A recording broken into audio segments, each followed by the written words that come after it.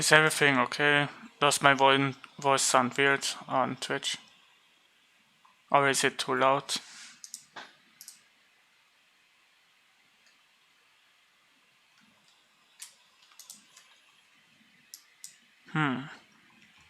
Okay.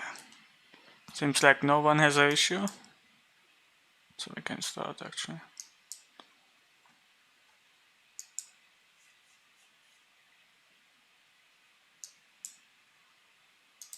Nice. Okay. This is just an overview, by the way. We just do two things. And those two things, I'm going to do that after the first hour. The first hour is about the explanation, so don't worry about it. It's also going to be recorded. So yeah, let's start. For everyone who doesn't know me, my name is Nano, working for over half of a year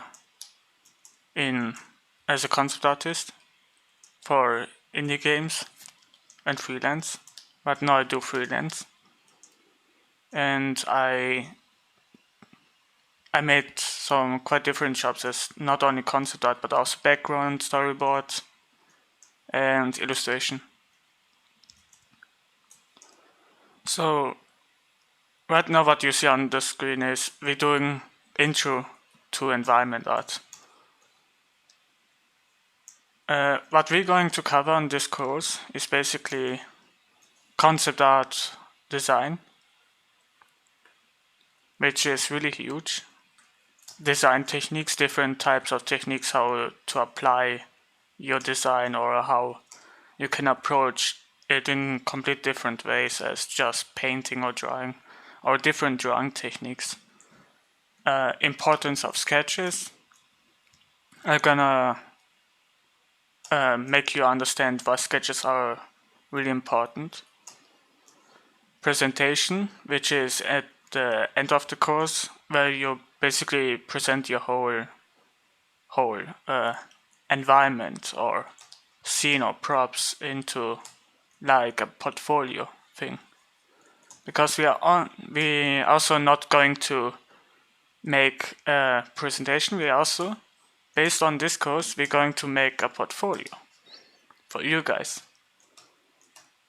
The next one is creative thinking of design and game developer. Not only thinking about concept art, how I should do it, much more being in the mindset of a game developer instead. The next thing is Moodboard and how to research, which we do that now today. How to draw props and how to add story into the scenery with props. Environment architecture, which most of the time I'm going to cover this one for the next couple of weeks. Environment thumbnails, pipeline production in video games, perspective and shapes, which is probably the next day.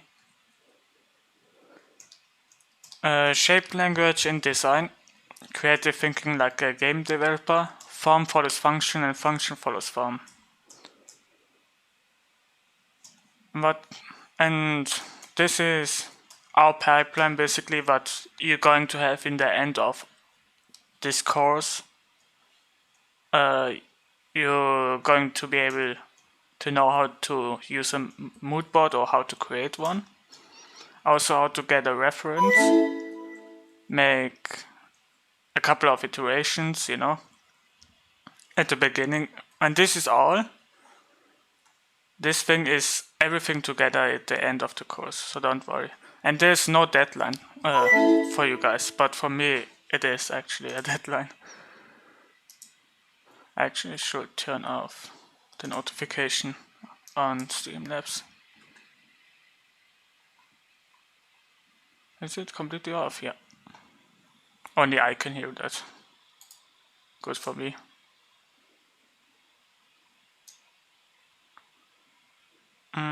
Where is Streamlabs? I hope this is not Streamlabs. That's weird. But anyway, how to create sceneries in environment, props, thumbnails, clean up, and presentation. So these are the routes that we follow from A to B.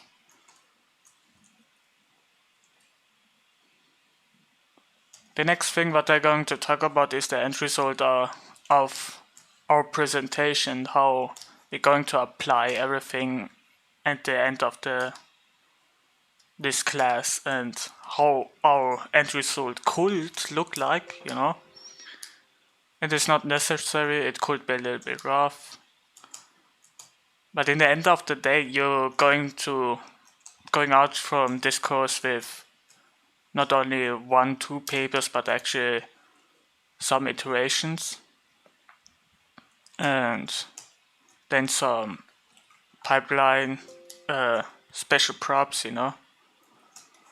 Then iterations about props, creative thinking, you know how it works, how everything works in the concept itself. And what does it do most of the time.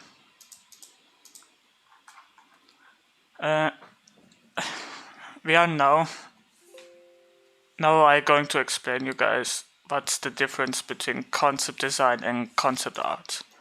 Because in this course it's all about concept and design. So concept artists might explore what the subject could look like. Basically it's an idea. For example, if someone tells me to draw a bunch of rocks, you know, and he asks me, okay, put, for example, a tent, rocks with tents, okay, and I need to explore these ideas based on iteration, how they work, or how they are, maybe different types of rocks, different types of shapes, everywhere. So this is basically creating a base in concept art. This is our basic ideation if it comes to this, and that's this thing here, which we produce non-stop in a video game, basically.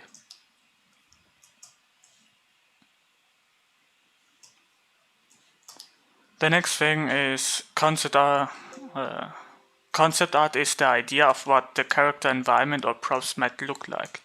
So it could be anything, because if we look it in a different way, which is in a pipeline production, which is the pre-production. And pre-production basically means at the beginning of the project. So basically, really, okay, it's in the stage where we just begun with it and we create some ideas in a video game or movie, or it doesn't matter what it is, as long it's idea, you know. How it could look like, create ideas. So basically those two things is in a concept art. As a concept artist, you need to absolutely do that. But now, as a concept designer, the concept designer takes the concept artist idea and explores it much more. For example, if you see number 2, he creates probably much more, adds much more story, or adds complete different ways how to iterate that position. Different types of designs, but it's much more in a functional part. But we create the ideas and concept artist, the concept designer approaches much more in a functional way, which is how does it work?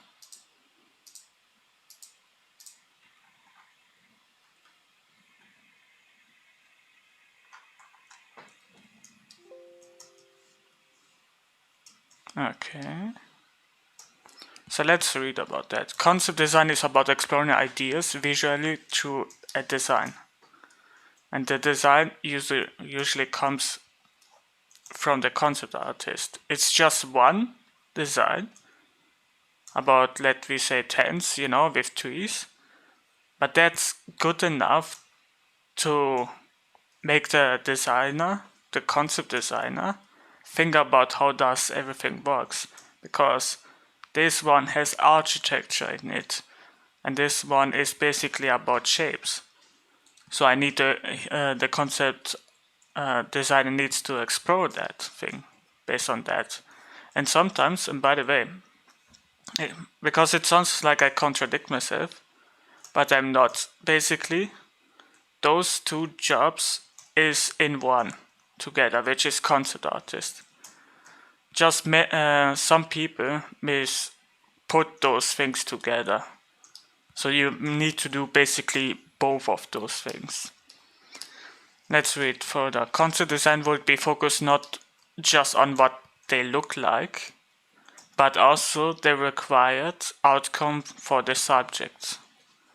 For example, as I told you with the tent principle, the principle of the tent, I need to add maybe a culture into that. For example, Indian people or Mayas have that, and then I need to do totems around those things, Add the rock part into that. Maybe it's on a cliff, and that's the thing about it. He explores it much more based on the functionality part of it. But I think that's way too complicated at first to do that. So let me go back to the concept artist part, which is actually going to the fundamentals of creating a board, creating your ideas based on a category. Because not only we need to understand how our job works, we need to position ourselves in the game artist or art game director's mindset. But before I do that, I'm going to explain now the pipeline production of a video game company. Not everything is explained, so it's just a few parts of it. Just to make yourself clear where your concept is going versus just creating a concept. Let me pretend we did a concept. Weirdly enough, my brush seems like it doesn't work. Let's take another one. Is this one good enough? Nope.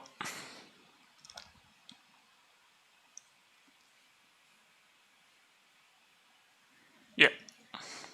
I hope this one works. Perfect. So the first guy who comes in and needs to do, I think, 90% of the work, or maybe more, at least from the idea, is the concept artist. Concept artist. But where your ideas are going, that's the big question here. We try to pretend we did a concept, based on what they wanted to do, and everything is described. It's like a blueprint, basically. It could go to two different parts, which is the 3D artist, and this artist makes your 2D environment, your paintings or your drawings, much more drawings, like in a 3D way, actually. So it needs somehow to make your idea in a 3D thing.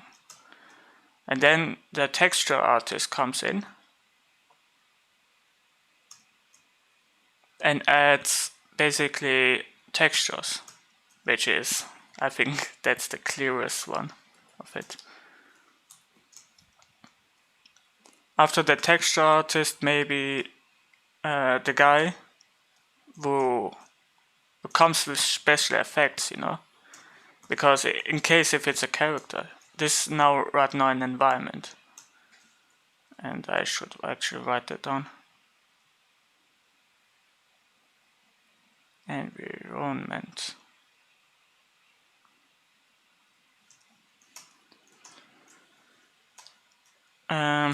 Yeah, the texture artist comes to the VX artist because he made basically the tent.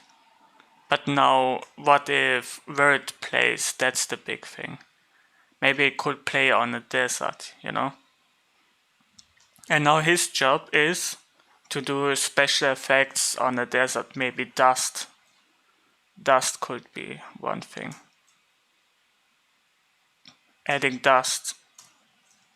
Then we have the other guy here, which is the sound artist or the composer, depending what it is. On this one, it's actually splits into one, which is the sound artist. And I just call it sound artist because I don't know the specific description of it. The sound artist and the composer basically work a little bit together. This one makes the soundtrack.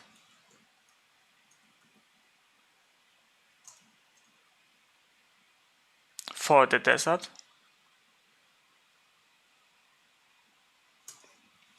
And the sound artist makes basically the background sound. You know, if you go with your character.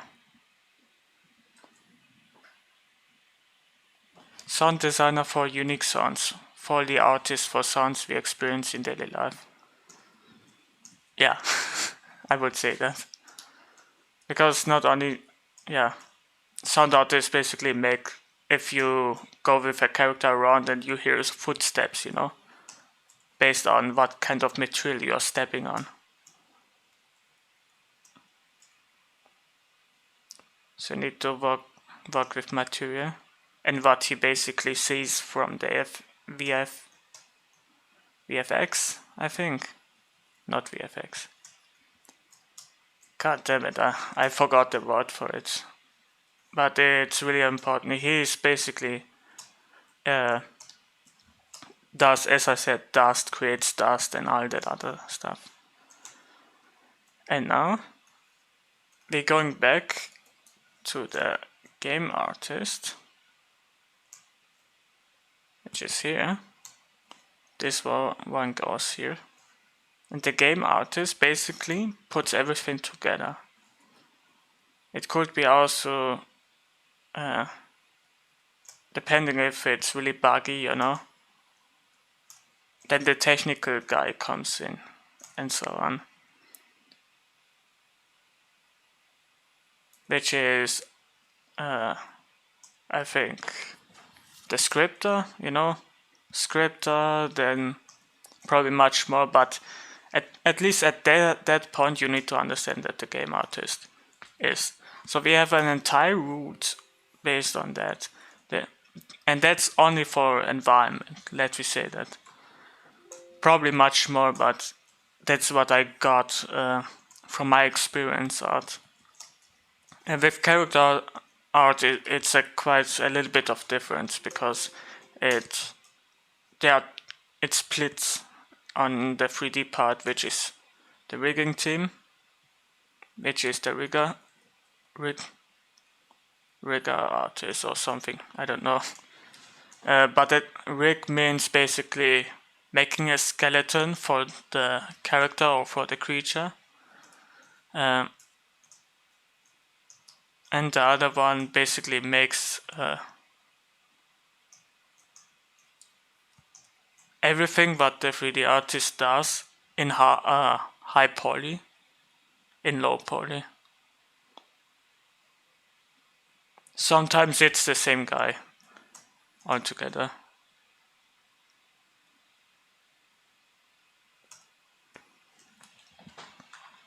Okay, at least we understand that the game artist needs everything to put this together. and then the game artist gets an execution order from the game director to do that.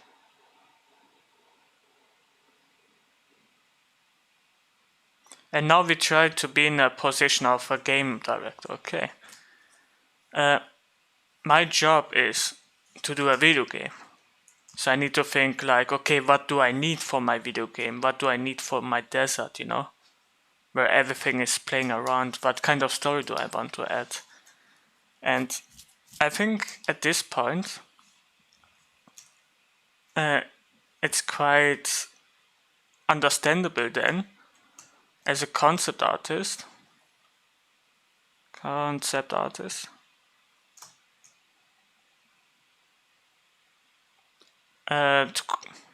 to think like a game director, because he needs to put everything together, right? And the best way how we approach that is actually creating our own pipeline. This is my approach, by the way. So nothing, everything could be changed, or you guys can have your own workflow. So basically what I do, I create a mood board.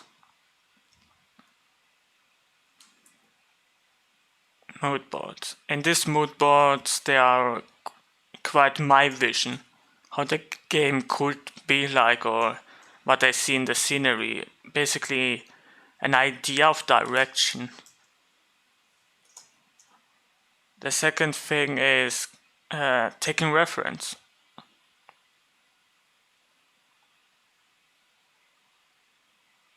And by the way, this thing could take me a day, 1 day, or 2 days.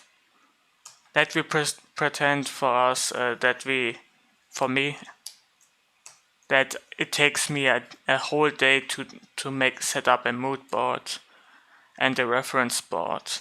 The reference board acts much more like fixing things. And now it's time to do actually some rough sketches.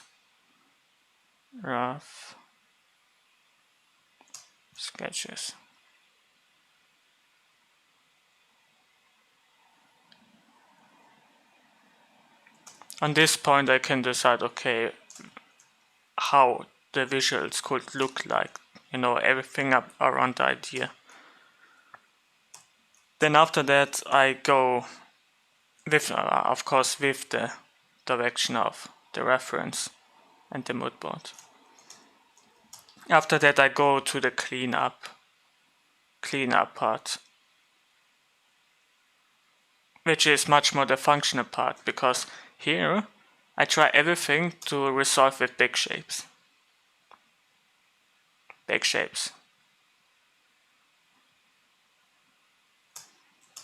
Because let me try and pretend I did something really rough, and I need then later on to fix everything, make it much more cleaner. Only big shapes are allowed,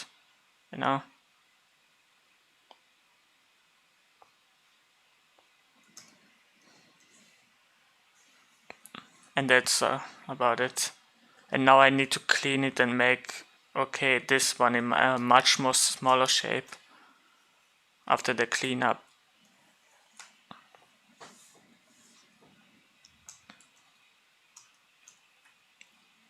And then it starts again. Now we are at the cleanup, and he can decide now if I want to add story, which is number 5, adding story to the whole environment thing. Actually, let me have it somewhere here.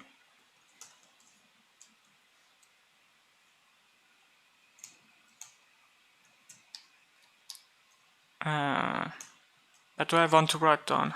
I think, figuring this stuff out. Story. Adding story, for example, like, okay, cracks on the wall, for example. And that's at the second day, by the way. This one is second day. Day 2. Which is this part. I can only do cleanups at the second day, and the third day I do the cleanup. I mean the opposite part of it. Second day rough sketch, third day cleanup. Then at the fourth day I can add much more story, simplify it into a middle shape. So adding another type of sketch into that, which we create with middle shapes. Big, middle, small. You guys know that. At least some of you here on this course. There's a reason why I wrote it like this, because every time I can go back, and look what kind of problem I face. Because my job is to have solutions on.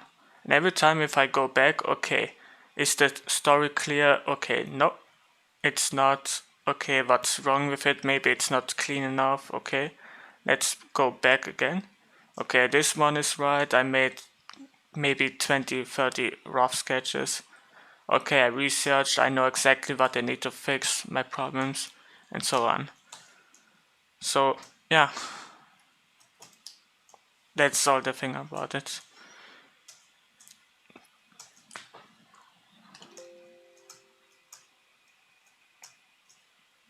That's day 4.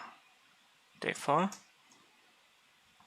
And then after that, I clean it again or add much more reference to that, which makes the whole entire shape clear. Because now we are slowly going towards the small shapes, which is adding details. So I need a couple of details, maybe some textures and other type of stuff to make the people in the 3D department much more understandable what they are dealing with. It is a much more easier solution to propose if I add 3D stuff, describe everything what it is, rather than, okay, don't describe it all. So those parts could be basically like explaining, okay, what's happening here, maybe. And I can straight up say that, okay, there are different types of elements, for example, rock, lava,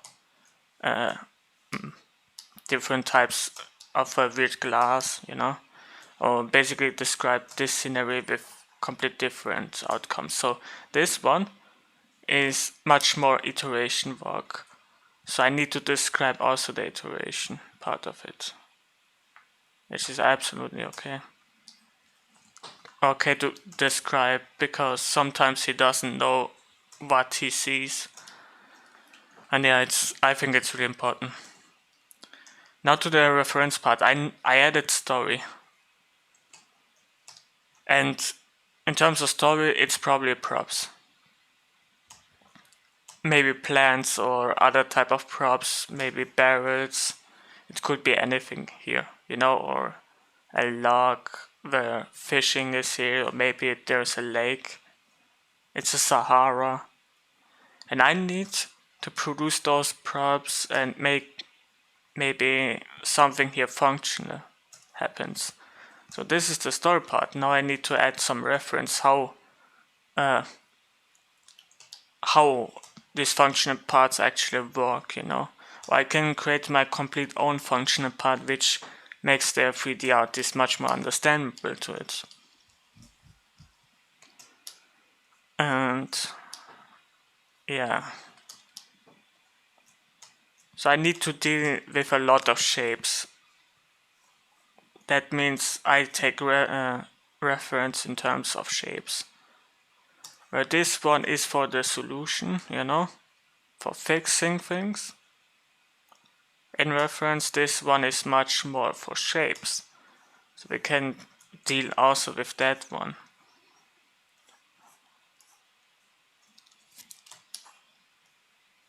Yeah, and I think only make it presentable. Because this is to not get overwhelmed with that amount of information. I think I should stop here and later on going to explain much more towards it. So don't worry. Even though we didn't cover it up, everything, but at least you know a fraction of how I work as a concept artist or concept designer, because you do both of those things sometimes, at least in indie, and probably also now AAA, but I can only assume that. So let's start with something simple. Okay, let me pretend I want to create a video game, and I give you the decision of making a strategy game, which is the hardest thing, or making a jump and run game with characters, or make a third person game, which is open world.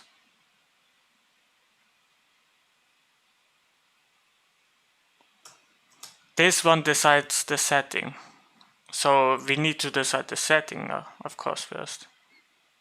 And the gameplay, that's gameplay and setting. Gameplay is obviously one of those three things: open world, jump and run. Or you can make one which is totally Diablo-like, roguelike, where you have a ton of items and other type of stuff.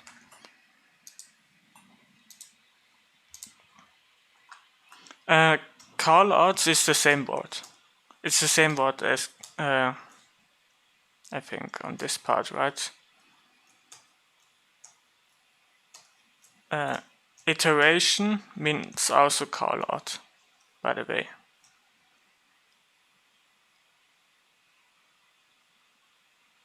But callout is much more presentable way, which describes a couple of stuff, It could be like this. It could be explained in a just one object, which is this part, by the way.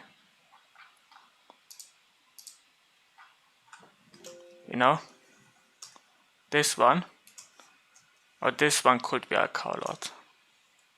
Depends how presentable you want to do it, because in video game, this is late stage. This is late stage concept, and it's very specific. They actually want to introduce that into the gameplay parts, but HANA. Versus this one is early pre-production type of stuff. This is post, this is pre. Where we just tried at least to figure out what it is.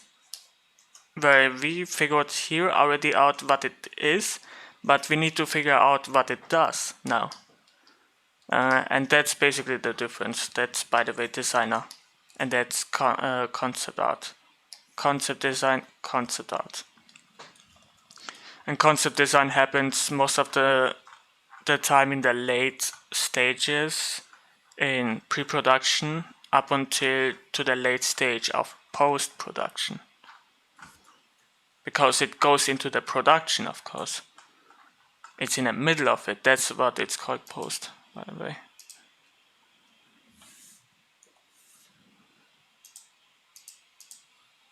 So I think,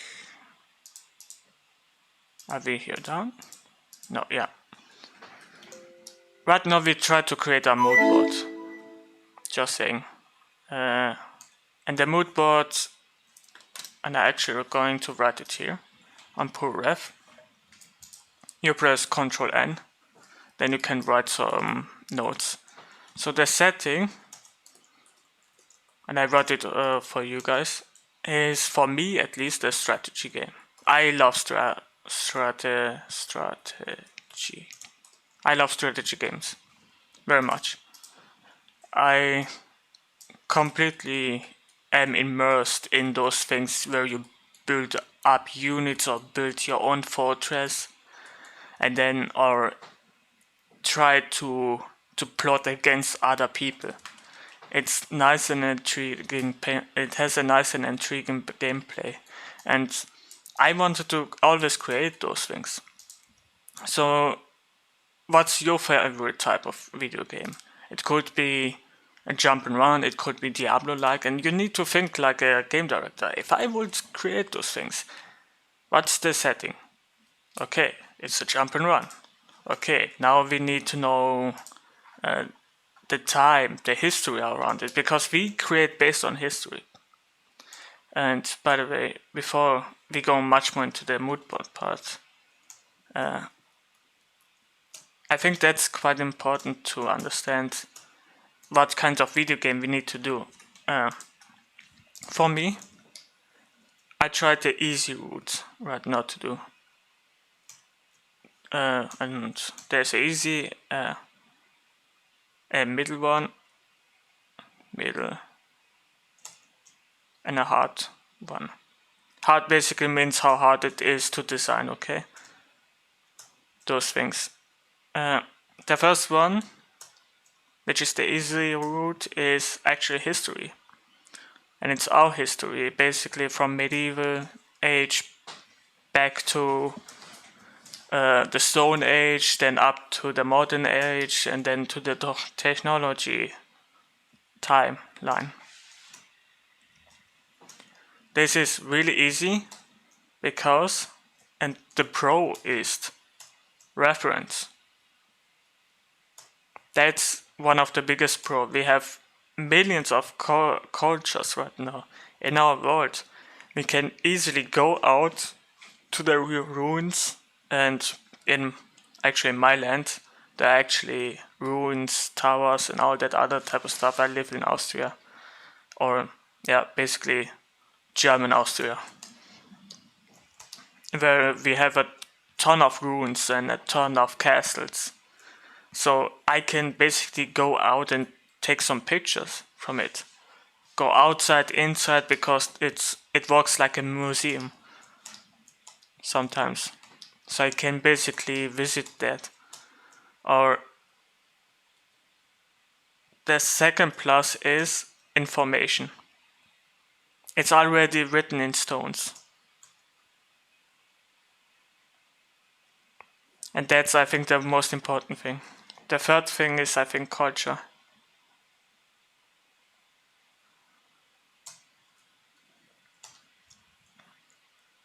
And the fourth thing is, it's already happened.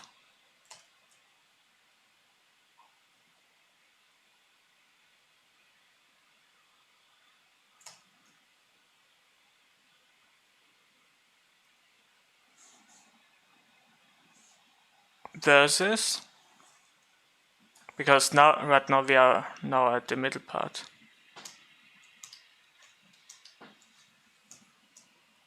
Which is fantasy. Fantasy is way more harder to produce.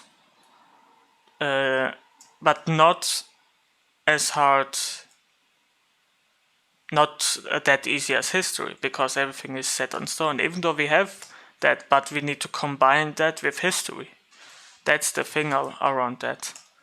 I can probably create something really crazy, a ball with some other types of elements. It looks like a tree, a really fantasy-like tree. But the thing is already there. It's a plant. We know, okay, it has spikes on and all that other type of things. And somewhere this plant already exists, which is a cactus. I just added it to the tree part, And I could add much more towards it. So I combine a normal tree,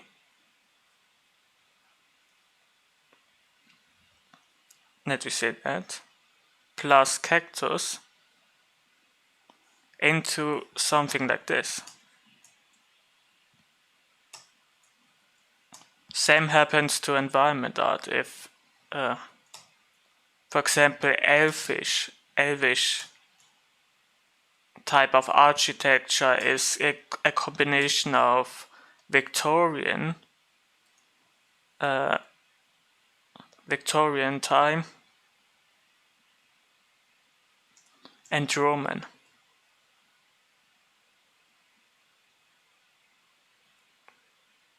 They are both together, and only this one is way more into that. Or probably more. We don't know. Maybe it's made out of wood. Then we can also add probably Nordic with trees, you know?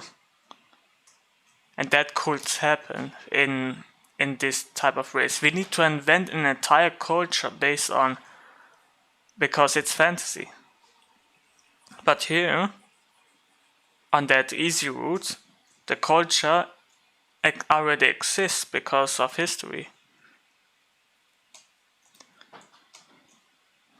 But still we have here much more refs.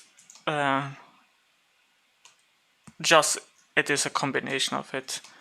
The hardest thing is actually to produce is sci-fi.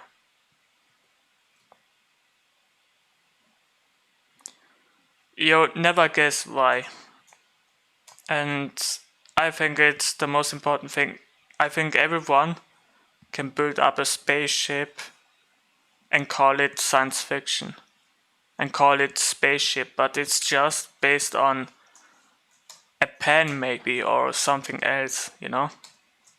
But then when it comes to the functional part, what everything does, then you're gonna have some problems with it, because the 3D artist needs to understand those things, and all the other artists what comes after you, you know. And if you, as long as if you can explain this, even though it's hard to explain because it's on science, based on science, it's still, you're still being able to explain it, but it just takes you way more longer to explain those parts because there's no history around it, there's no reference around it, and I don't talk about already made design. I talk based on history, that we have no sci-fi in our history.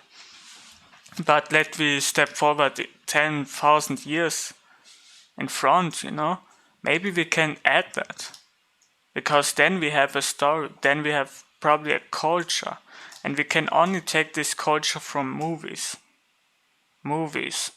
and other video games.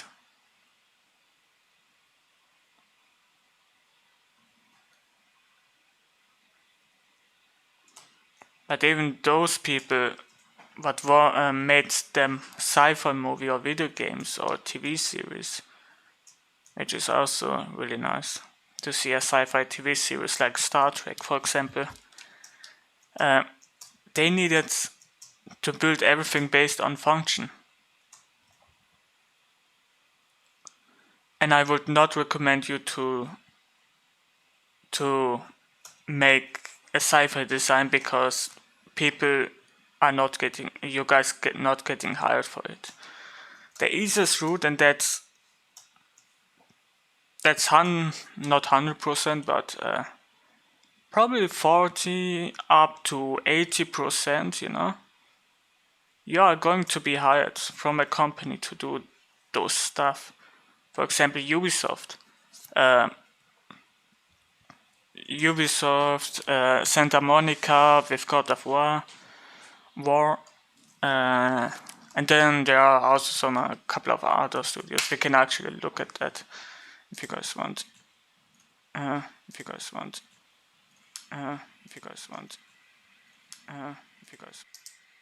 Okay, that was weird. I'm sorry.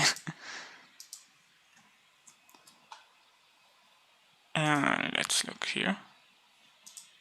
I think that's the time period. Okay, nice. So, by the way, let me look at some companies, okay? Right now I go to the job description. And for example, NCSoft makes much more fantasy, but they have everything based on history. But it's much more Chinese, maybe Japanese history, or probably a complete different culture around it, which they use as a combination. But they're still going hire those people as those people, because at least they know they understand history. The rest of it is just following shapes, which is that's actually a minus, a con. Cloud Imperium games. They hire people based on science fiction, but it takes them maybe 4 up to 5 years to fully learn science fiction, sci-fi, because sci-fi is not fantasy. It's fantasy, but based on science fiction. It has its own rules based on science. Same goes with fantasy, even though it has its same rules. Overwatch, Blizzard makes a ton of history stuff, and then, for example, Diablo, they took so many medieval type of stuff as a reference, and then build it up to do it like a fantasy thing. Which company? This one.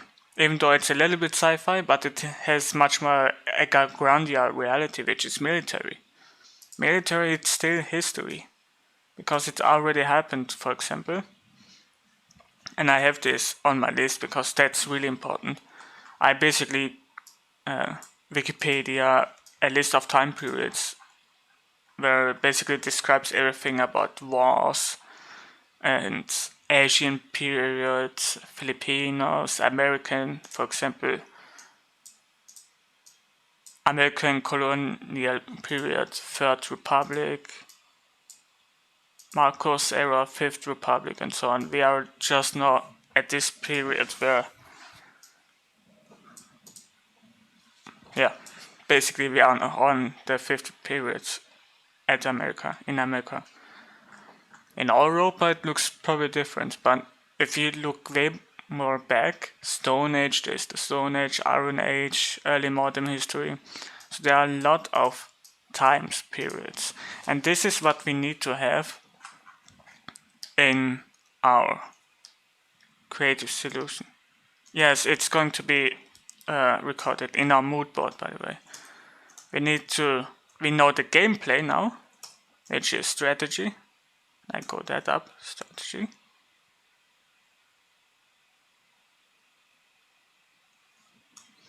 And now this other one is the time, which is probably a place somewhere. Time and culture. Culture and place.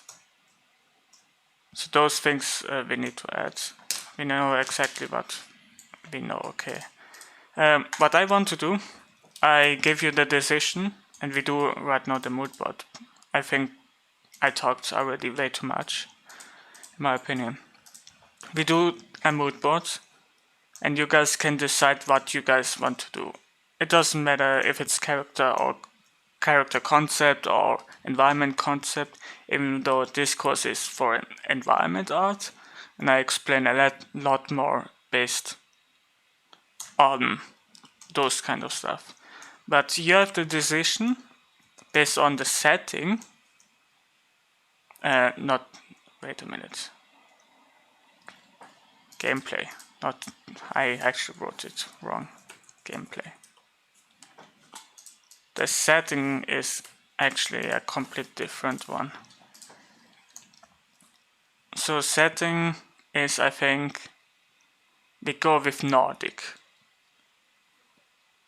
Nordic, you guys could create Nordic mythology, Roman one, Roman architecture, or medieval, or no, let me complete go with this one. And medieval basically means early ages to late ages, and actually can split depending what it is. But we chose England, or that we go way more better German medieval. Holy Roman Empire.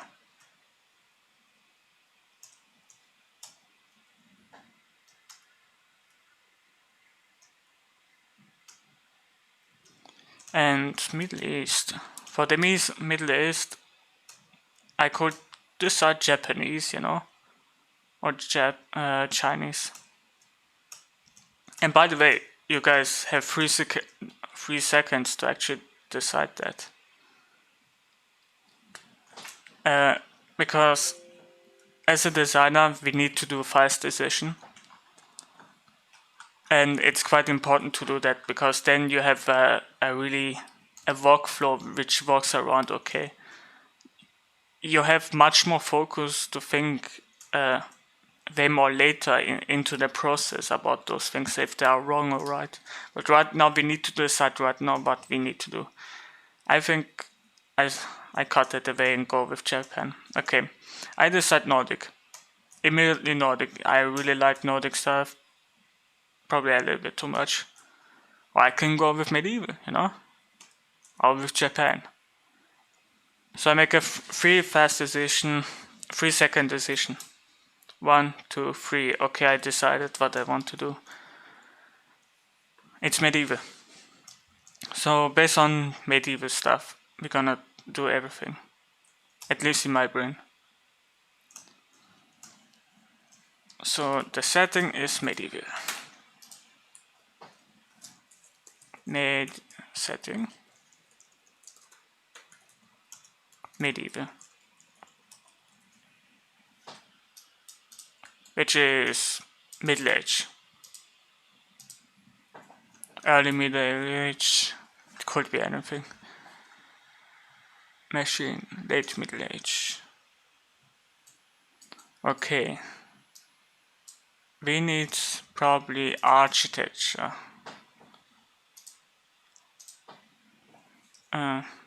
Middle Age. Middle Age architecture. And now we gain a lot more information about that. Pre-Romanesque, Merovingian, Carolingian, Ottonian, Asturian, which is Austria. Probably it's Austria. Let's choose that one. And it looks like kind of a church thing going on. Good, let's decide that as a thing. It looks simple, it looks nice, so no problem. Versus probably with Nordic. Let's do Nordic, okay. Nordic.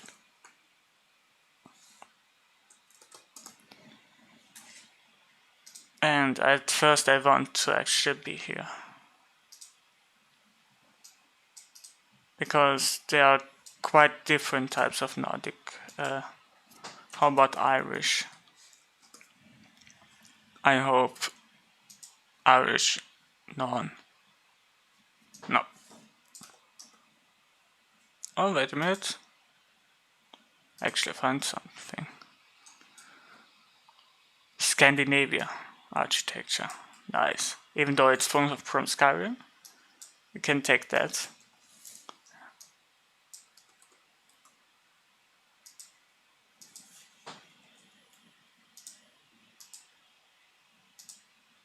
And basically put it in. And this is just a small example. Now it's been shown modern, but we can go down medieval. Okay, need to write now medieval from Moodboard, and we know exactly what we can find. Okay, nice. This one is nice. It's really simple, and it works with the environment around. I think we can take that, for example, and turn it into other type of stuff. But medieval, I think it's way too unspecific, so I tried to change that into Nordic, even though it's still medieval. Now I can finally have my final decision to do Nordic stuff. Because sometimes you cannot decide. Even though you make the decision, sometimes, okay, it's basically the same thing, usually. but it goes back, way more back. And here, okay, maybe it's German medieval. And German medieval probably could be much more harder. I wanted to do this course as easy as possible. And I think Nordic medieval is way more easier to do. But I figured a lot out in this process. So setting is going to be Nordic medieval.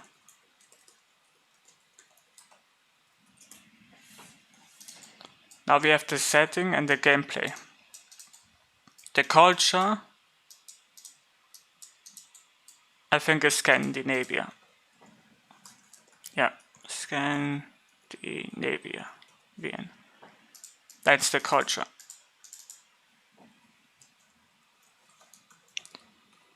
We have the culture and the setting. But those buildings. Now we can add probably. God damn it! What the heck? Nice. Help me out, guys. It's a little bit hard to think.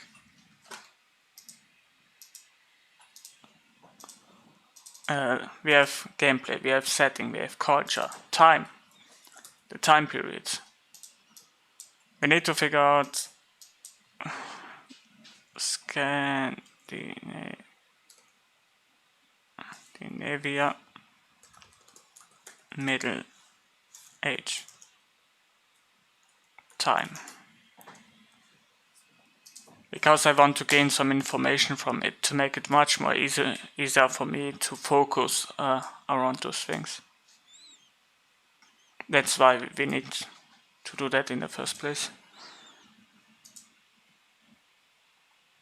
But I really like the Church of Scandinavia. It's probably Nordic. The difference between culture and setting is where the place is versus who it is, you know? So basically, there are different types of Nordic tribes. There are different types of Nordic. For example, Saxon, the Saxon or the Anglo-Saxons. Or I could go way more back in time in the Vikings, you know, the Viking Age, the Vikings. Or I could go way more further in, which is Scandinavia again, 800 years. It was in Sweden.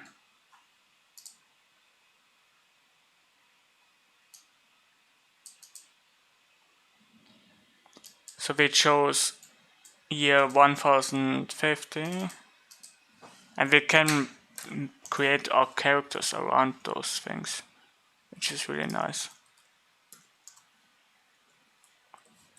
50. Now we need exactly. Now we know exactly what we deal with. We have our gameplay, we have our setting, we have our culture.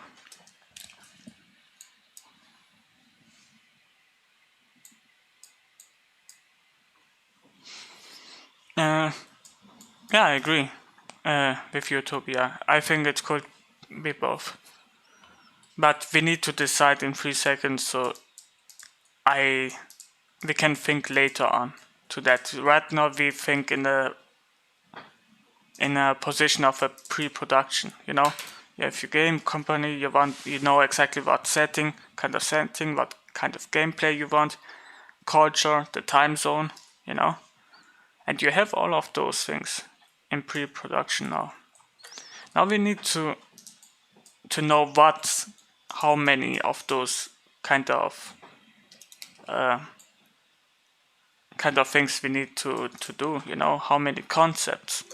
Because I want, and that's only, I just wrote that down again. Right now I want Nordic gameplay,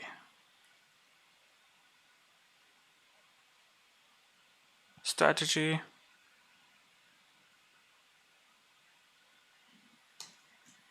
setting is Nordic,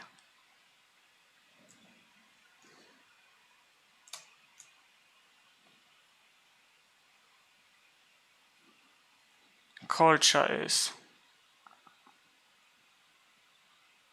Scandinavia.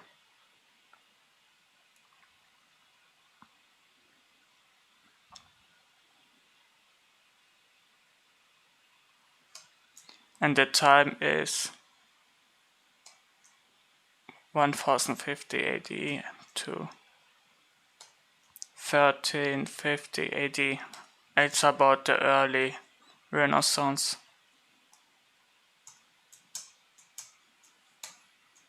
We know now what we need to deal with. Now it's time to actually try to imagine what we need for a game based on a concept.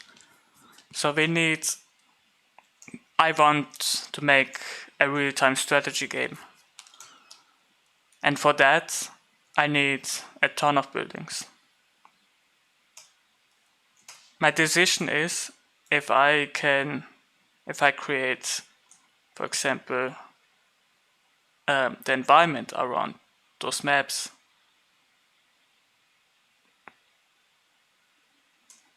or the architecture of a culture.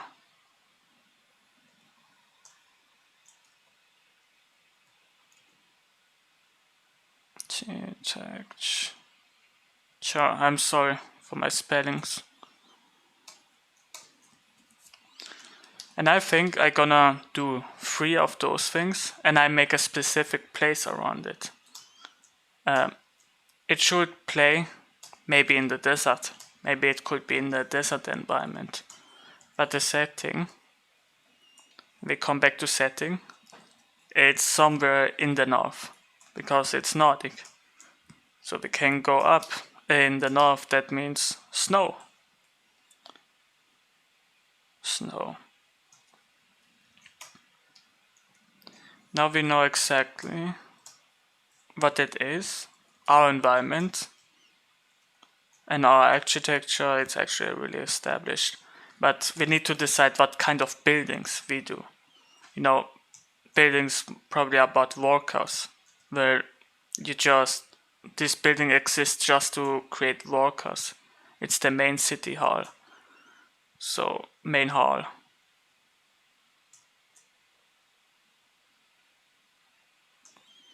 Then maybe the shop for a hero, or maybe a cursor. Wait a minute, actually, let me go to translator. Translate.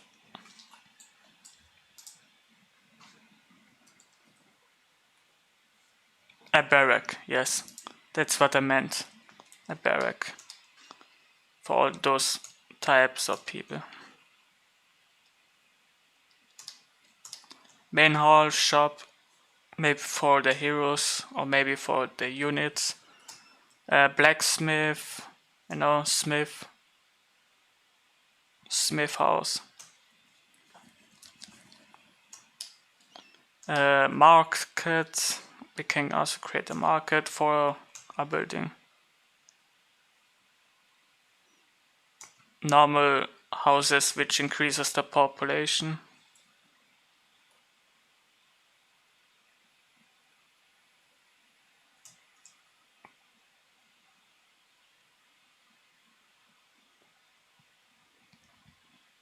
So I basically look at other video games population. We can also make complete different type of game or concept based around the gameplay. Depending what it is, but right now I go with real-time strategy game. So we need to create probably a ton of those things. But I just tried and chose only 1 or 2 of those concepts. We just want to make it way more easier for us to make this kind of the decision. It could be also a JRPG, by the way, in terms of gameplay. So it will be a lot more easier for us to deal with if it's a JRPG and it's around a city. Then you need only to design maybe one thing, maybe the market, maybe the inn, which is also so inn.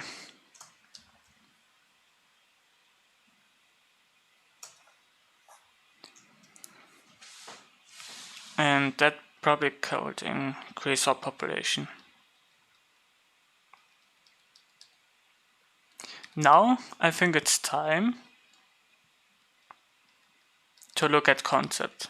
Some concept work, what really inspires me to do it, or how about already setting up a complete presentation, what makes me realize what I need to deal with, which I already did, but this time in the Moodboard way. We create a strategy game. So I think the most important part is deciding the mood of your picture, you know? Should it be dangerous? Should it be something different? But I know exactly with what I'm going with. And that's medieval Scandinavia.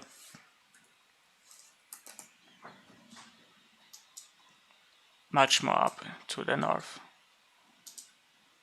I really like that part. Come on.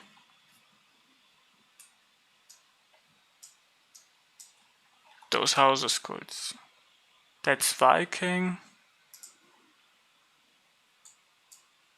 That's Scandinavia, okay, nice. That's Norse.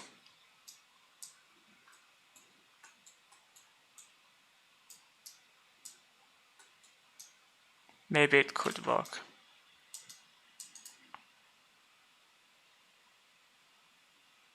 And I think now we need some moods. We know exactly what we need to draw. But based on our ideas, and I can tell you why I chose those reference. Because of this kind of thing and how it builds everything up from the door. I really like this and I want to play around with this at the front. This one I chose just because of this part. I really like to have something on top of it, maybe some grass, some boards. It could be like a hobbit house, you know? This one is really interesting. I can easily imagine myself immersing into the world of strategy and actually creating this kind of bridge. So I want to play around with round objects. Maybe I can walk around with that. So I have now 3 things to have. This is what I'm talking about.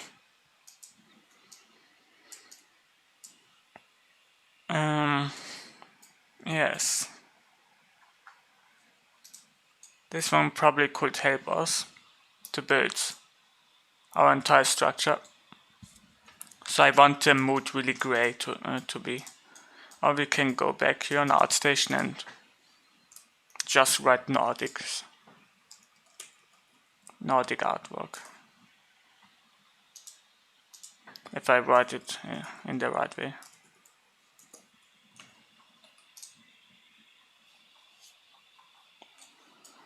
And I want to go way more fantasy, if I'm honest. But that's later. I need to figure everything out, how it works. Spellforce 3. There's a lot of Spellforce 3 stuff. Subject matter. Concept.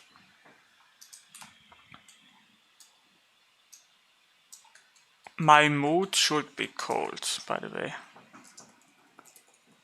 Now we talk about feelings in moods.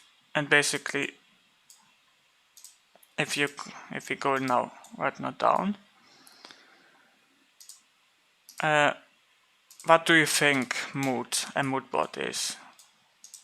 In Google, it's basically a mood board is a type of visual presentation or collage consistent of image, text, samples, objects in a composition. It can be based on a set topic or can be any material chosen at random. A mood board can be used to convey general ideas, feelings about a particular topic, which is we set the topic out, which is this kind of topic. But in a conceptual way, I think a board, what a mood board is, at least in concept. A board what explains the intention about your painting but focus on the most important aspect of the object that you draw.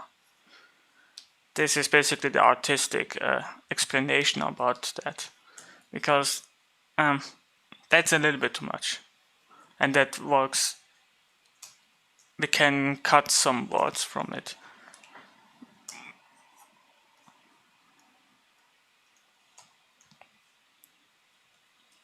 This is already explained, but right now we are on the mood. How does it feel? It feels cold. So what kind of color is cold? Blue, saturated, undersaturated.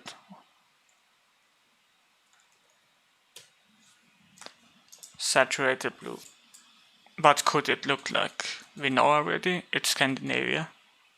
And it's a normal house. What do you want to show? I want to show house. A just normal house for the population of a strategy game. You can basically build houses. Now, at this point, I would like to do a 5-minute break, and we see us in 5 minutes. The next hour, it's only going to be researching reference. So don't worry about it. It's just creating our own mood board. So we see us in 5 minutes.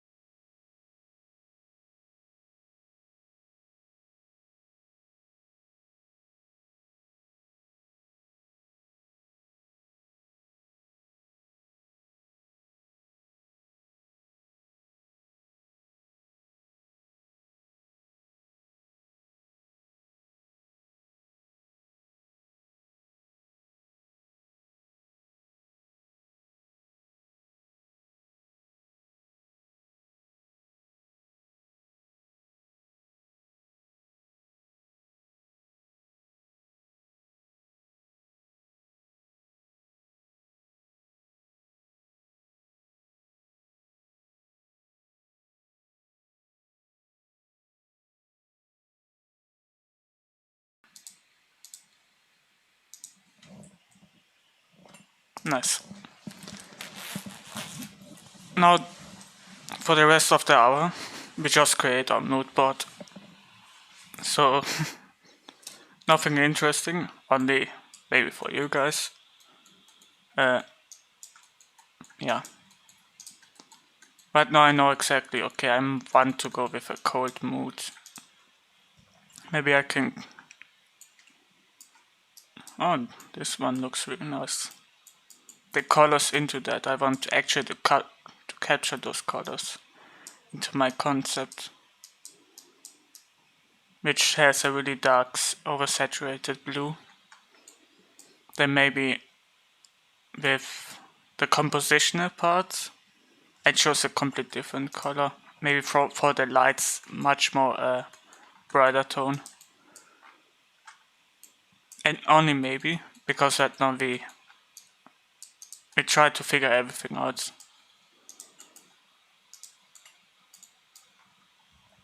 So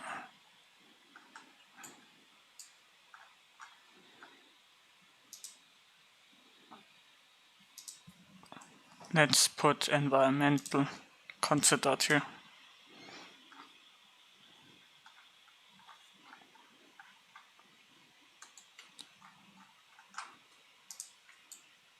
Okay, nice.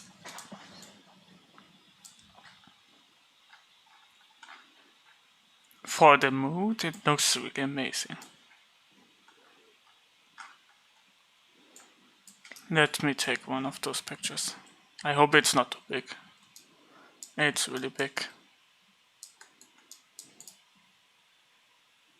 Let's optimize it a little bit.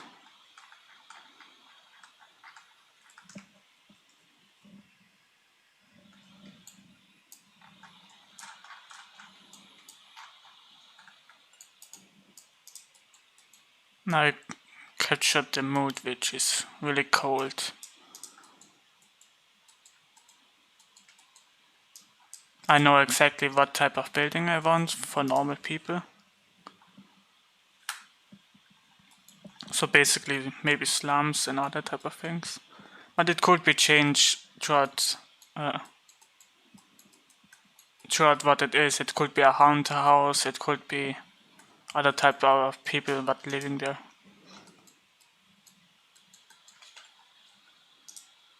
Now I think in Art Station I really want a mood that really brings my inspiration. I want to be inspired now. And I think the best inspiration is based on shapes. So I probably should add shapes into that.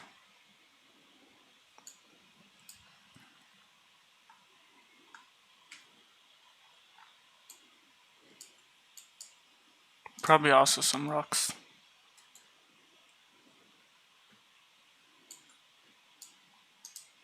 And by the way, I use most of the time Pinterest, Google, and ArtStation for it. Sometimes I already bought those reference of into my library, which is this part. I already downloaded a page, which a pack which cost me probably $5, or probably more. And it really is a time saver.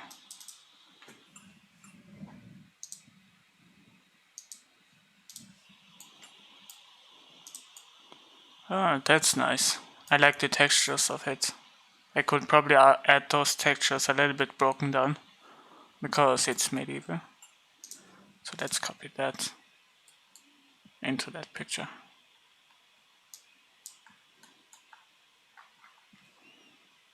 Oh my god, it's way too big. It's probably, how much information is there? Oh, okay. Understandably, it's 8 to 9K. Need to optimize it again. Nice.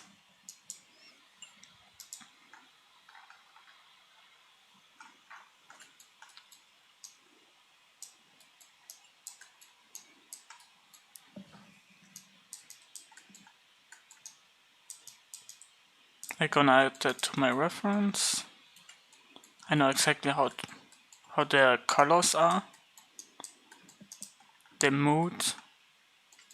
Now probably I can add some stories.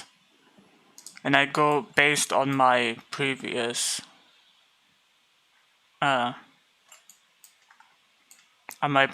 challenge, which is actually this submission.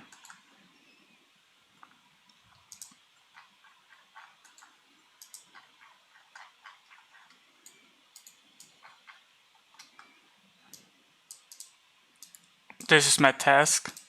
I can also write on my task here. I need to create a one-page iteration. The other thing what I need to do is then one page of callout. Callout full presentation, presented much more. I make maybe in the iteration 20 designs up to 30, and then chose maybe 3 of them to be really good designs. And we do everything based on the simplest way possible, which is this one here. We're not going to try to get over perspective with it, just simple perspective, which everything is in front or from the side, which makes it a lot more easier. I'm gonna go later on the next day and explain a little bit about perspective. And so yeah. Then after that we try to design or sketch, much more sketching in the next day, a couple of buildings. But yeah, homework. Your homework is basically create the same thing, a moodboard. The main task should be what kind of gameplay you want to do, what kind of setting, what kind of culture, and what kind of time zone you want to go into that. My suggestion is don't choose strategy games at all. Those are way too complicated and way too hard. Do we have to do it about video games? No, it could be something different, but video games it's much more the easier route. The easier route to think, okay, if you want to create a movie, for example, it's, I think, a little bit harder because you need also to learn the subject around it and to create a scenery around it, which is also adding 3D stuff into that. And then probably 3-point perspective. You can add 3-point perspective much more. Probably the director wants a 3-point perspective, and that's the problem, which is way more harder. I want to treat it as simple as possible for me to make a game concept. And so yeah, I go with that because I think, at least in my opinion, I think that's the easy route. But don't do strategy game. If you look at your Steam, I don't know right now. Let's go to Steam, right? And you go to shop, there's actually different kinds of gameplay here. But we can choose, And I think I should put it on English. It makes it way more easier for me. We can create a action game, adventure game, gameplay, casual, indie, massive multiplayer, which is way more harder. But try to stick with one thing if you want to create something like that, because the reason is strategy. I need to build it up like strategy. That means, okay, the building is going to be like this, Or if I go to StarCraft.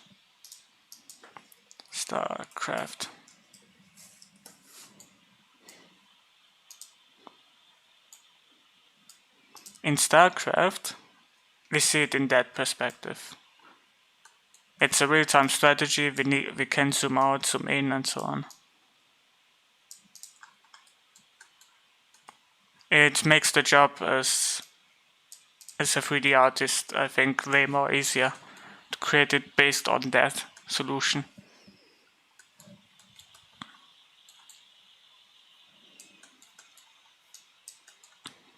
At least I know what I want to create. Goodness. It should be like StarCraft, but in medieval way. That's another thing what I can add. That's my thing. Now around the shapes. I didn't do shapes into that. Shape, I think it's one of the most important things. And I can decide to do triangles, Gonna write that down. Okay, thank you.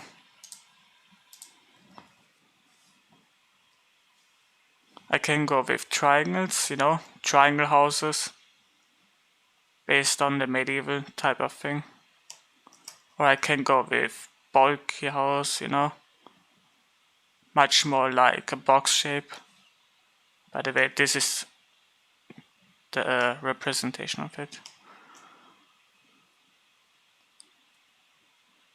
Or I can go with this type of house.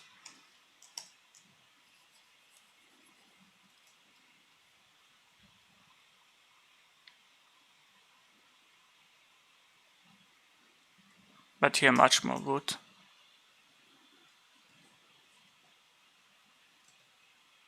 Again, come on, thank you. So with these 3 types of design I can go. And this is only simple shapes method. By the way, if you try to design, forget your artist. Forget your inner artist because it's way harder to do that. But for that later on, I try at least to explain what in which kind of way we can decide when we want to go with our house. Because those are simple shapes. They are not in 3D, even though we can create them in 3D. Sci-Fi is the hardest to explain because it's based on function. By the way, and you guys can ask questions right now, non-stop. Meanwhile, I can do this one. Here, my mood board. Okay, I know the task. Final presentation. Maybe a prop, one prop. Because I want to add story. The kind of food what they probably can eat, or the resource, what they need to gain.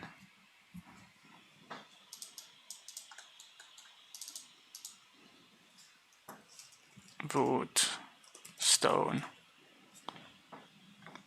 and probably gold. I can probably do an iron mine too. So it's really nice to explore maybe into that. Let's see. Yeah, I think everything is set up. I know exactly the mood, the kind of colors what I want. I know exactly the direction that is really snow. So much snow. We have the gameplay, we have the setting. We know what kind of house we want to go, and I think completely triangular shapes. And yeah. Viking Ring Fortress. Is there actually a Ring Fortress? Interesting. I could probably play around with this one.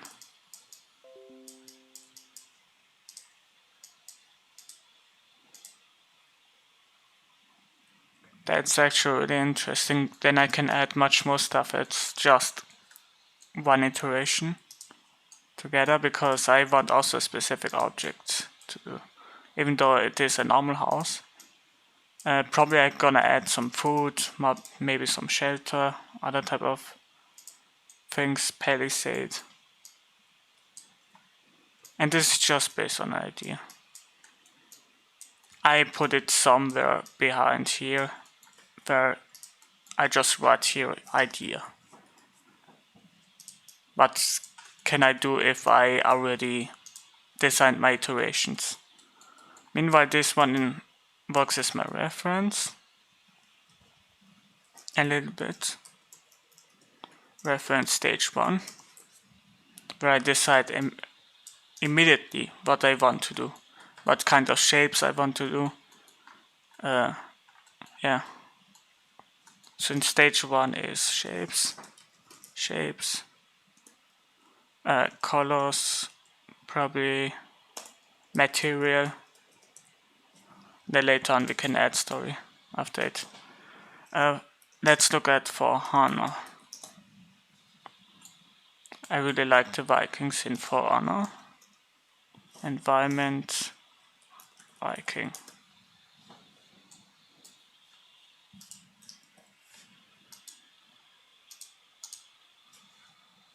Nice. That's already invaded, that looks way too medieval. That looks a combination of a weird Viking village. But yeah, that could work. If it's a fortress or something.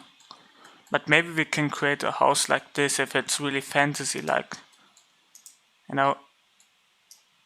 But what does it has on it? I think that's important. I want to make the design really cool, so. And that's one of the things. But I try to aim right now here. Oh, I love the door. I love the door part.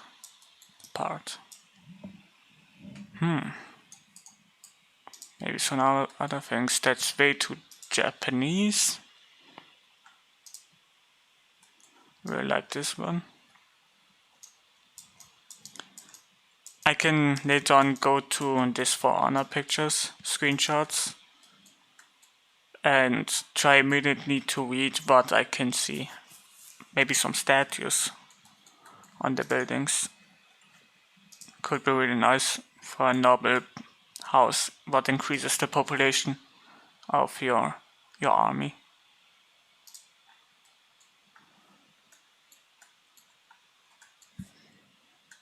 Direction.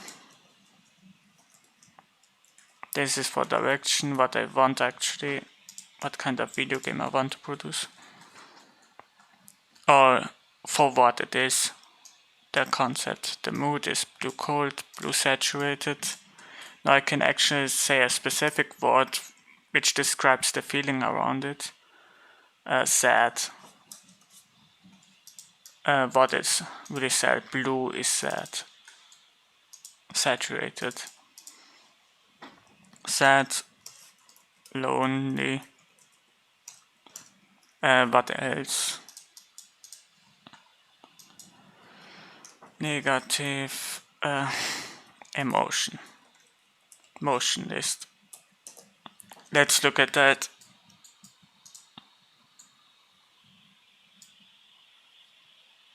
It's good to have something like this. And then I can describe it with different types of colors.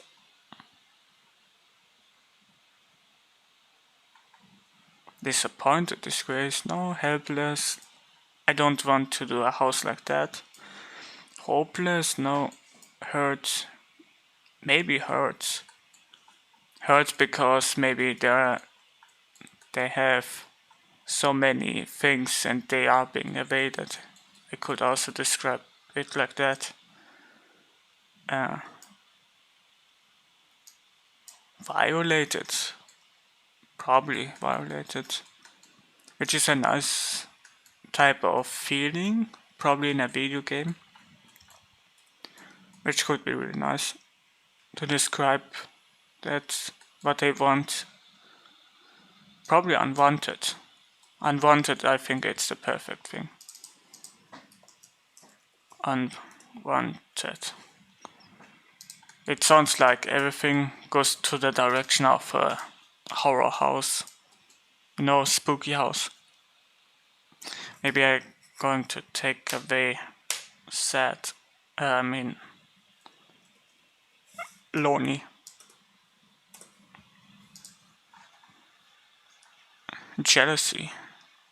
Offended. Offended is a nice one. Offended. Yeah. So those are the three things that we're going to add in our picture, what describes basically the mood.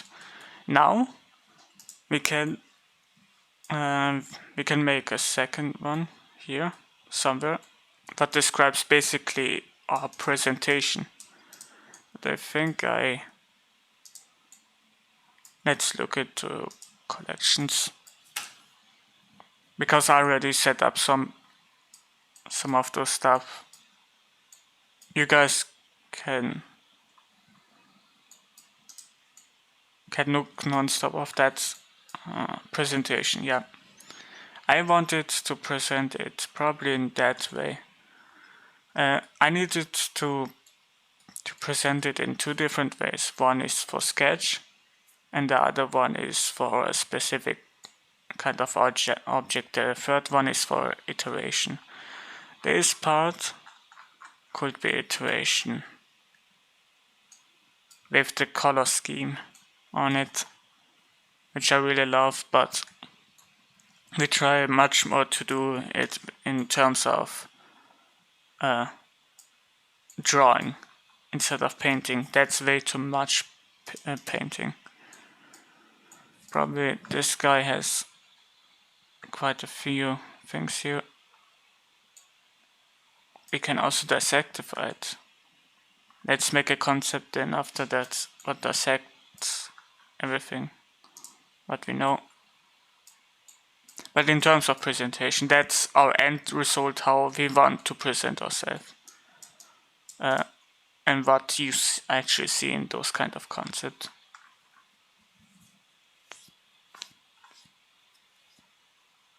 And that's only for one thing. That's the finished version and that's the call out for it.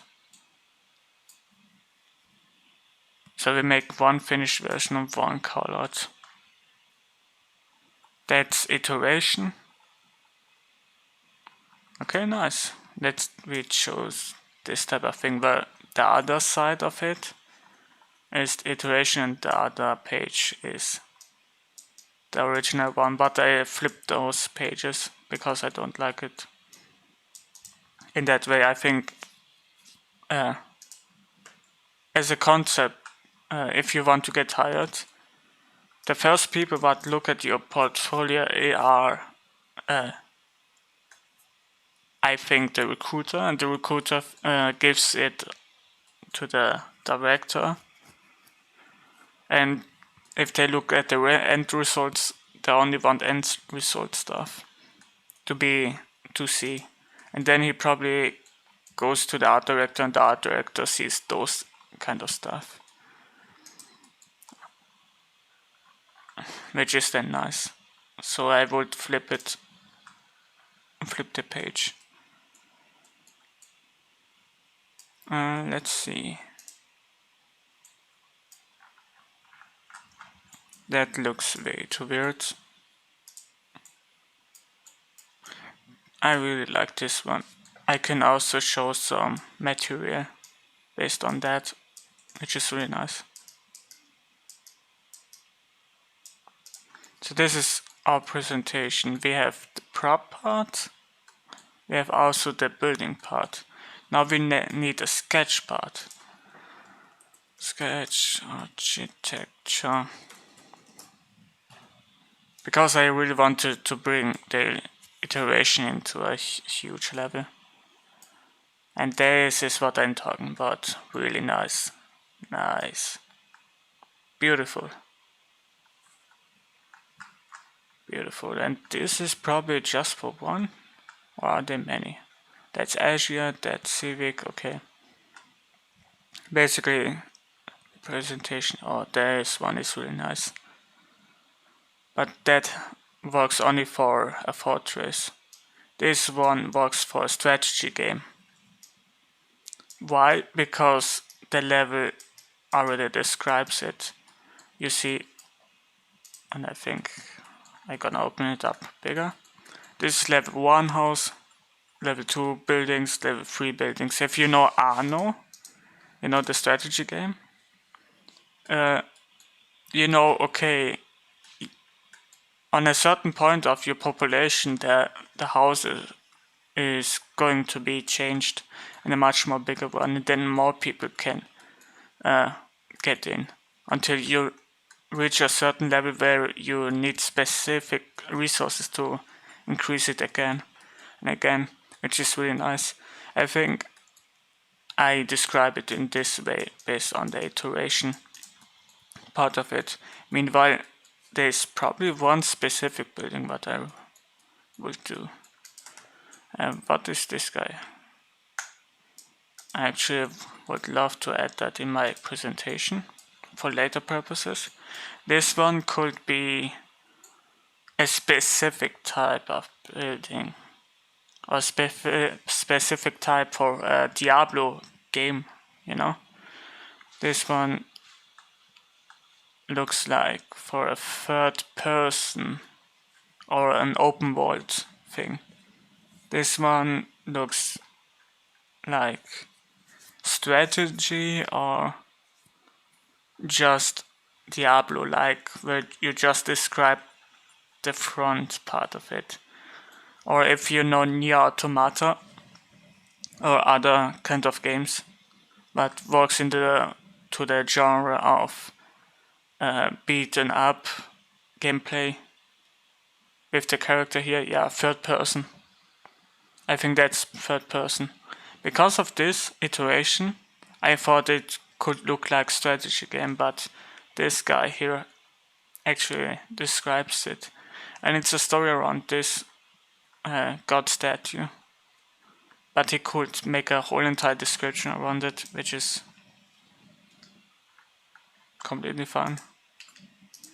David 14. Let's look at his stuff, how he presents it. That's a ton of movie iterations or maybe mood boards. Yeah, by the way, there are different types of it. This is in a gameplay type of way where it is a third person, you know? You move around with a character. And he basically created those fast that he just wanted to describe the mood and the situation of this land, but I just want to describe a building. And that's it. Meanwhile, he, as I said, describes the situation, where he goes. It follows a path from A to B. Meanwhile, mine is creating different types of decision making. Yeah. I think that's the perfect way to describe it.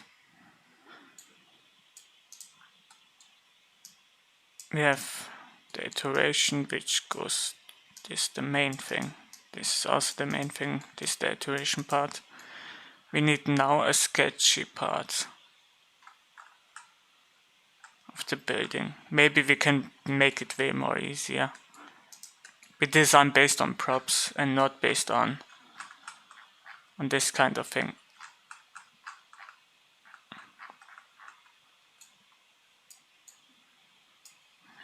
Those concept looks nice.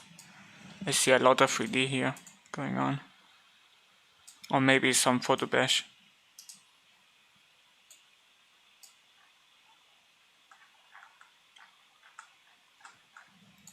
I think I'm done. Now it's actually time to research much more about what I want to do specifically, because right now it's reference time. So those references are based, no. I forgot the shape part.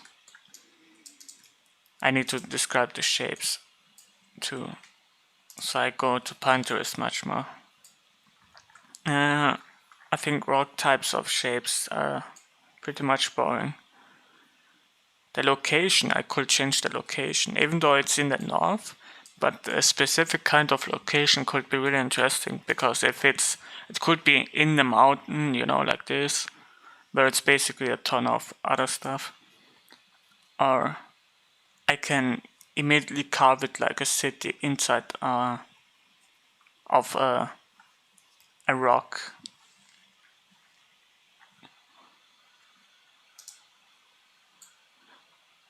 Yeah, probably. Why not? Let's look at the other types of shapes. I think I have something on props too. And no. Oh yeah, shapes and forms. I want to experiment much more with shapes and forms. So I think this one really breaks it. I really like that one too. Let's pick this one. This one could be made out of wood or probably something different. I really like this organic shape. I can describe it or maybe morph it into a different kind of building. Pyramid type of buildings. Nordic pyramids. Have we ever done this before? No. So let's try this later on out. I really like this. Why not put it in? Maybe something made out of ice. That could be really cool.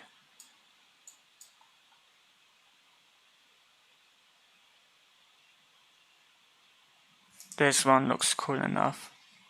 I really like the way it looks like really Chinese type of way, where you see a lot of rice fields around it.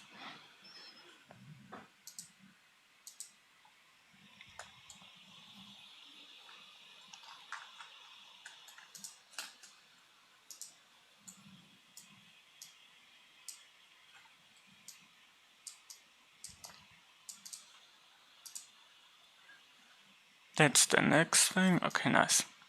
I only take those shapes and I think we call it a day. And next time I do teach you much more about perspective and shapes, and why shapes are important to translate it, and how to practice those shapes. It's basically made as a warm-up, but I don't go into the details of perspective and shapes, so don't worry about that. I'm going to teach you what is necessary, because this class is focused around concepts and environments design, you know.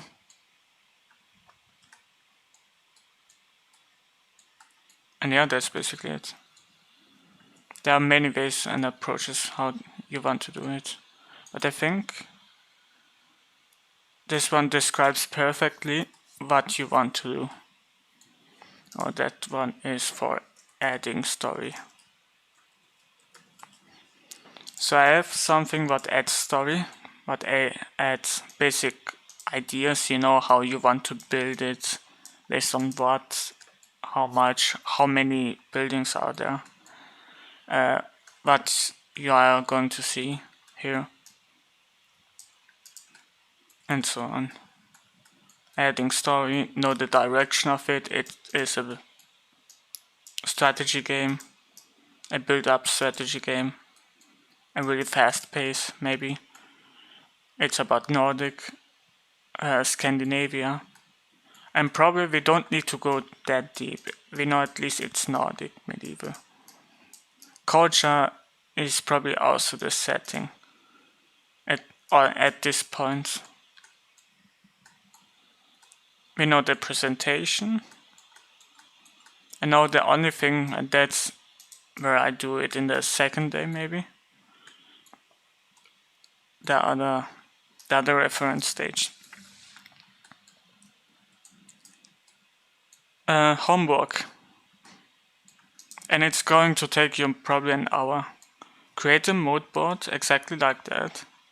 Decide what kind of gameplay you want to do, you want to represent. That's the program used to save all the reference. It's called PureRef. PureRef. And you can immediately download that. And I actually need to showcase that. Get PureRef. You press on it, and it asks you how much money you want to give in. You can put a 0. And it's basically for free. Now you can download it.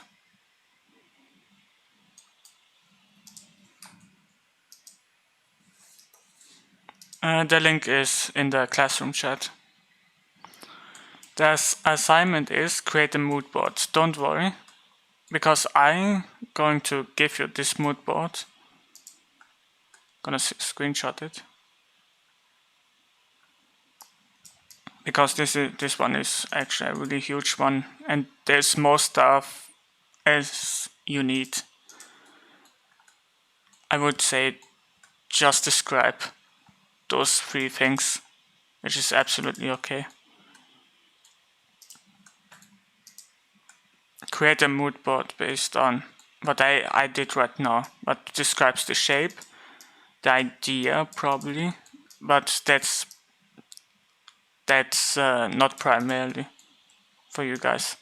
Which adds probably story, where the place it is, which type of color. Thank you. Thank you, Kiwi. And also what kind of feeling you want to describe it. And also how you want to present it in the end of this classroom. Not this one, because this is going to take us 2 months. I'm not joking. We're gonna sit here probably about every week for about 3 times in a week, you know. And yeah, I'm going to create for you guys a concept and make it way more better. But yeah, again, let's write the assignment. Yeah, you use my mood board as an example, and you guys can create yours. To actually do that, I want everyone to press the command Nano into the chat, you know, where you joined my class. And for that, if you scroll really down below, you see my corner. You guys can put here your homework in the homework room. Actually, for homework. Let's save that. And I think, yeah, here, I'm also going to make a homework assignment in case if you guys forget about it. I'm gonna post this thing here, so don't worry guys. In case if you want to know what's going on and you need to refresh yourself what the actual assignment is, I'm gonna write it always here. And here you can post it. And please only assignments. Because I want to treat that really professional. You can talk with me always here.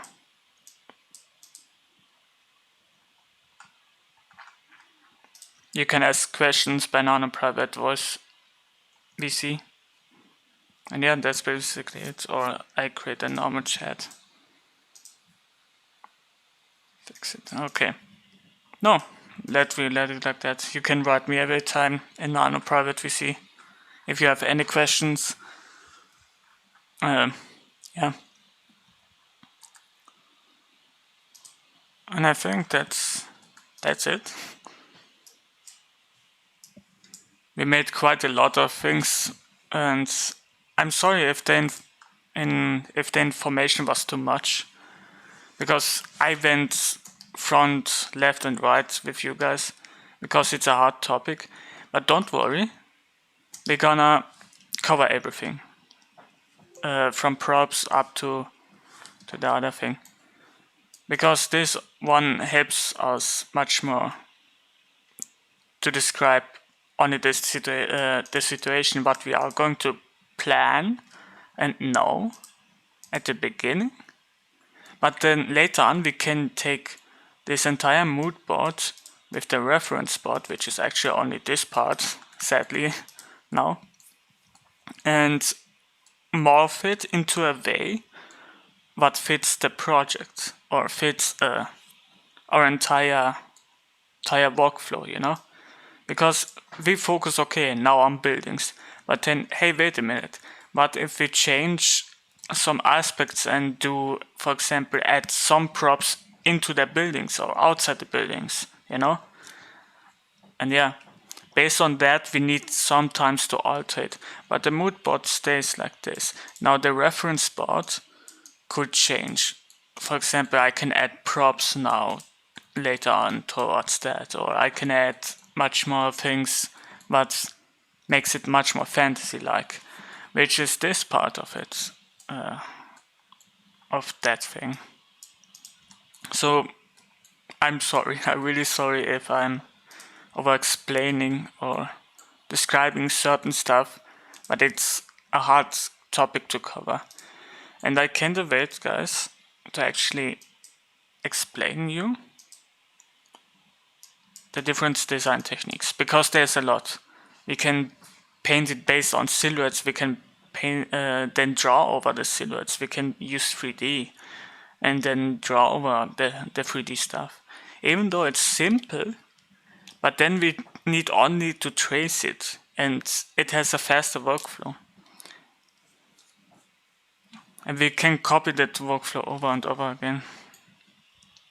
I'm gonna write down the assignment down below. And yeah, I think it's over.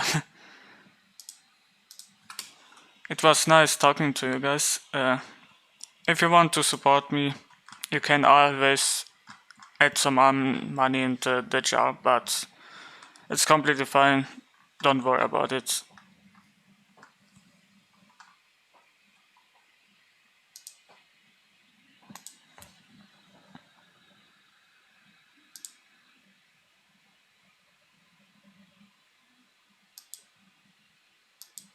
No problem.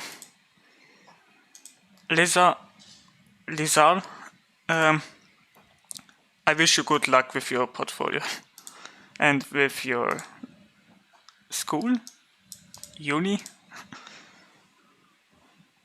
No problem. Xofanex. I'm sorry if I butcher you guys' names.